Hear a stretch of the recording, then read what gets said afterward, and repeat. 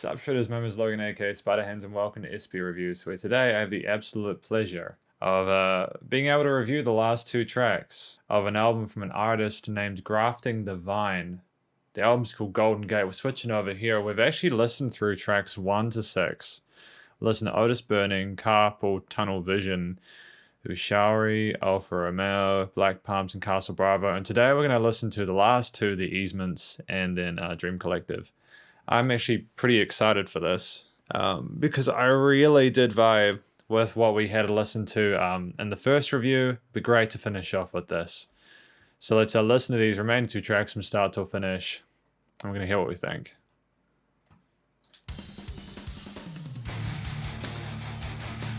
Cool, man. I'm digging how those drums come in. I'm wondering if that lead guitar is like a little bit too quiet. Like you can just hear it. It might be sort of a stylistic thing, but you know. I love the rhythm and how heavy in the low end it is. It's kind of nice having the tapping come in this quickly though, right? A lot of dissonance there with those chords between the lead and the kind of rhythm. Nice little bit of legato going on here. Because this is a 3-minute 20 track, there's quite a lot going on for that space of time, you know?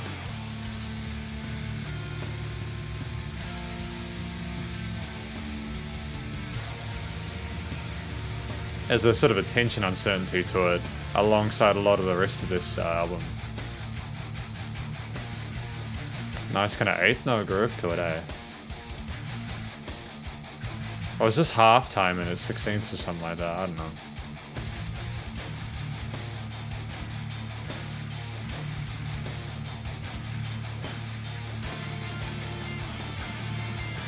I think that lead that I was wondering about before is on the other side now. It's been panned.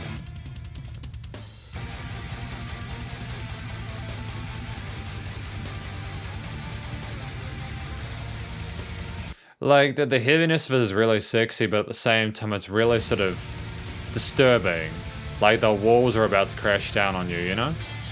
The tone of it's really fantastic.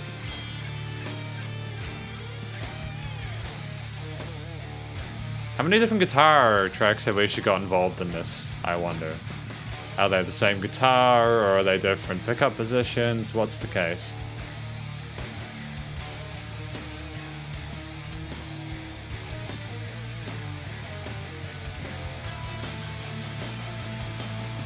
It's nice to have those kicks secured like that, you know, there's not too much low end, but just enough so that you still hear the bounce.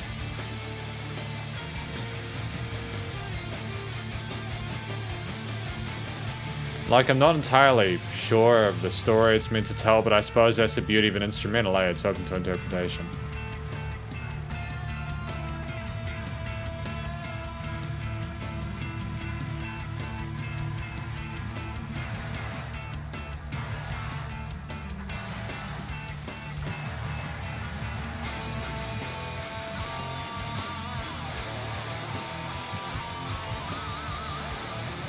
Yeah, it's not easy to get a lead guitar to solo clearly in a similar range to the rhythm parts, but this is what's managed to occur there. Because there's been a high pass put in there.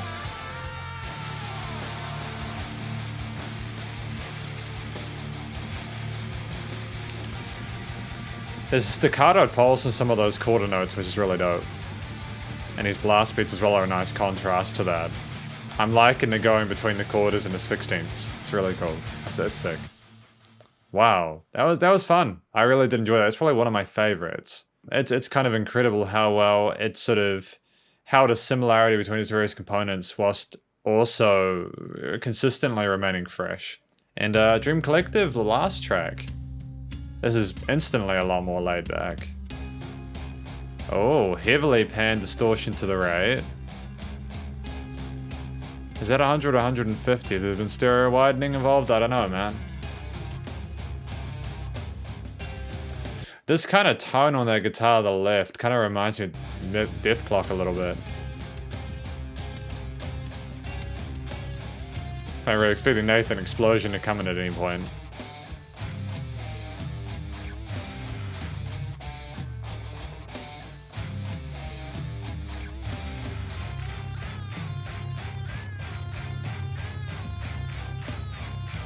Is this meant to represent like someone sleeping and having a dream or something like that? I'm not sure how to interpret the title for this.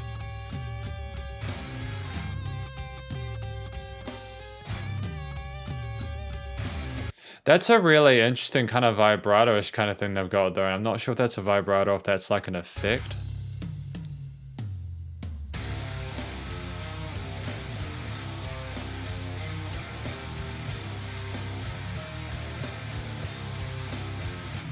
Those half-stepped kind of minor third intervals are sick. Oh. That was an interesting voice on top of that start of that rhythm riff. Oh, switching up with some triplets.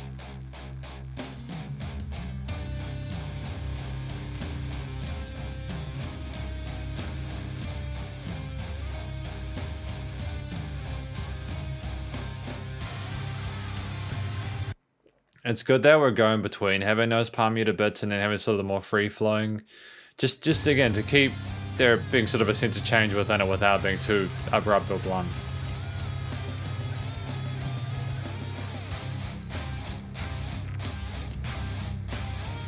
I kind of think this is perhaps where like having a vocalist come in would be beneficial just to provide a little bit of like, because I'm not sure how to interpret what the song's about, just to provide a little bit of direction with it. And don't get me wrong, I'm not saying the music's directionless or anything like that. It's more like just so I know how to kind of interpret it, you know? Because oh. Oh, wow, that is some sick bass there. Some fuzz on that. I like that a lot.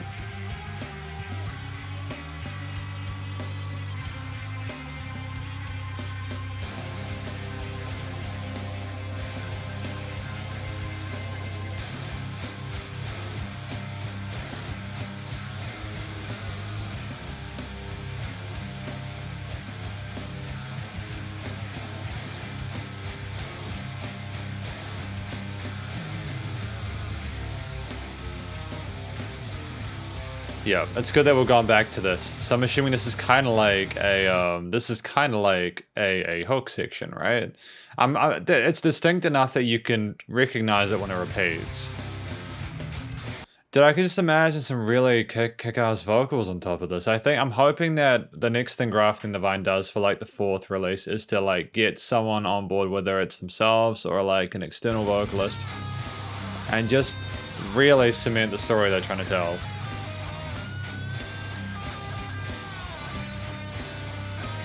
I mean, I know there's so much color in that melody section, especially in the lead guitar, which is typically a lot of kind of the vocal range, but still.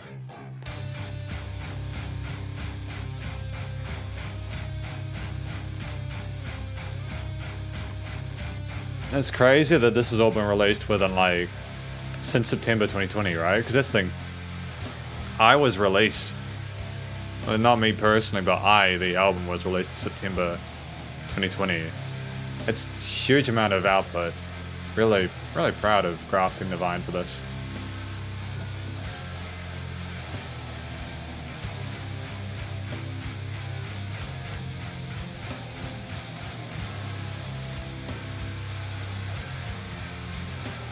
Now this is kind of cool. I'm hearing some major tonality in that.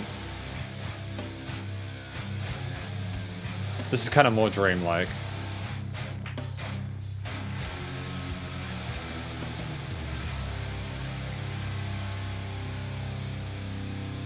Excellent.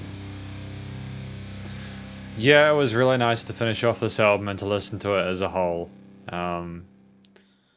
You know, I do like whole album reviews sometimes. So like, I've reviewed like albums that are up to like, I don't know, 17 or 18 tracks before. I mean, it's a very long video, but I've done it. But you know, I think it's also good because sometimes people just want me to review a few of the tracks, and that's fine too, because it's like, they wanted to make sure I could sort of talk about it properly, you know? Like when you go to a new reviewer, I can imagine that you want to make sure they're okay at what they do. But I'm really glad that I got to review the whole album, to probably have repeated myself for the 5th time. I want to sort of comment on this album as a whole. Occasionally, I don't have a lot of criticism about a piece of music that I listen to. I typically try not to be too overly negative about what I sort of talk about in these reviews, because I know that, the time of late rage YouTubing and all that kind of garbage is in the past. Potentially anyways. With this job, my job is to sort of talk about what I think of it in terms of sort of like the production value, in terms of the actual performance, the instrumental performance. If there are vocals, I talk about the singing and the lyrics and all that kind of stuff, the direction. It was obviously like there were some points where maybe the rhythm guitar was not exactly in time with the drums, or there was a part where like maybe there was a little bit of resonance in one of the bass part. I think it was in one of the earlier tracks. And there was a different type of bass tone, and it was very forward in the mix, and I wasn't entirely sure what was going on. And I think in Easements, I was wondering if one of the lead guitar parts was a little bit quiet. But yeah, aside from that, I can't really fault what's going on here. When I listen to something like this, I hear someone who's obviously incredibly competent at what they're doing, and I can understand that. I think it's worth celebrating the fact that if someone does a good job, they should be celebrated. That is something to be proud of, because it isn't an easy thing to learn an instrument, let alone to learn an instrument to the point where you're capable of playing it, let alone to a point where you could record yourself and listen to that performance back and listen to yourself and be able to cope with how you sound when you're recorded. For someone to be able to put all of this together, and for this to have been the third release that they have put out in just 8 months is friggin' insane. It's phenomenal. It's incredible. So I'm blown away by this. Aside from a couple of levels and a little bit of like a very light, a very minor, an incredibly small looseness on occasion, I think this has been done incredibly well. I think that if there can be some tracks with some vocals, just because while this is some really badass music, I think just to have one of the tracks with vocals would just bring in a whole load of people who would maybe find it just that little bit more accessible. Like, not for a moment am I saying that it needs to have vocals, but if we're sort of talking about the music industry as a whole at the moment, it's really important to be able to sell it. And I know this sounds very kind of cynical. You need to be able to sell a message, and people don't have very good attention spans a lot of the time. And you really need to make sure that when they listen to your music, that they understand it. And I want to make sure that people can appreciate the beauty of what Grafting the Vine is trying to do with their music, because they are exceptionally talented. So yeah, that's basically it. If for the next release, if you can find someone who can sue your music to a T, Grafting the Vine. I reckon if you can have a single with some vocals, even if it's just a little bit, and then just go back to your instrumental ways, I think that'll be sick. But that is effectively my reviews of Easements and Dream Collective. Easements was a thoroughly kind of riff-tastic kind of, there are a lot of different concepts in short succession, and they all meshed together really well. I wasn't entirely sure where it was going all the time, but I can't help but feel that this album is meant to be a little bit sort of chaotic in the first place. Dream Collective really came together for me at the end. I liked that final little part with the collection of those kind of majorish kind of octave chords with like the low-tuned guitars, and there's just so much really sick guitar work in there that I've got a lot of love and appreciation for as a fellow guitarist myself. That is effectively my review of these two tracks, though, by Grafting the Vine. And I gave my thoughts in this review as well as the previous review about the rest of the tracks. So if you haven't seen that initial review of the first 6 tracks, feel free to go check that out. But more importantly, because I'm not the center of attention here, Grafting the Vine should be, because they've done a really great job with this album. So please do go and show Grafting the Vine some love on their Bandcamp at the moment. You can get the whole entire discography of the 3 albums for $12.35 US. Again, it used to be $20 for an album, and this guy is selling 3 for $12. It's give him some love. But thank you very much for watching this review. Stay cool, stay safe. Please also remember to support your local musicians at this point in time, as you need the help more than ever with all the crazy stuff going on in the world, and I'll catch you in the next review. Spider hands out.